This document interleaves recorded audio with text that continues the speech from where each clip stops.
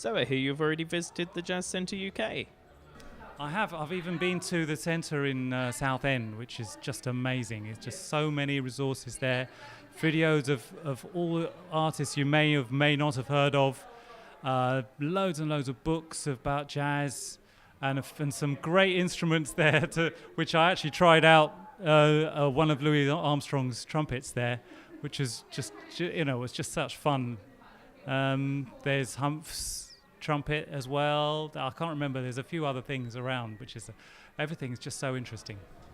I'm glad you came down and checked us out. So we've mentioned Louis Armstrong there and Humphrey Lyttelton. Who were your first jazz influences?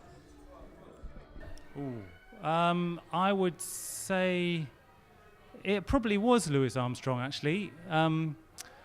It's funny because when I was at school, we got into trad. We formed a trad band, and then somehow I managed to hear about Miles Davis at some point.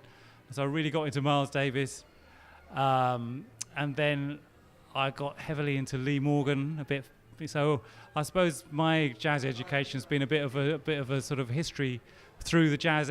Starting from the beginning of jazz.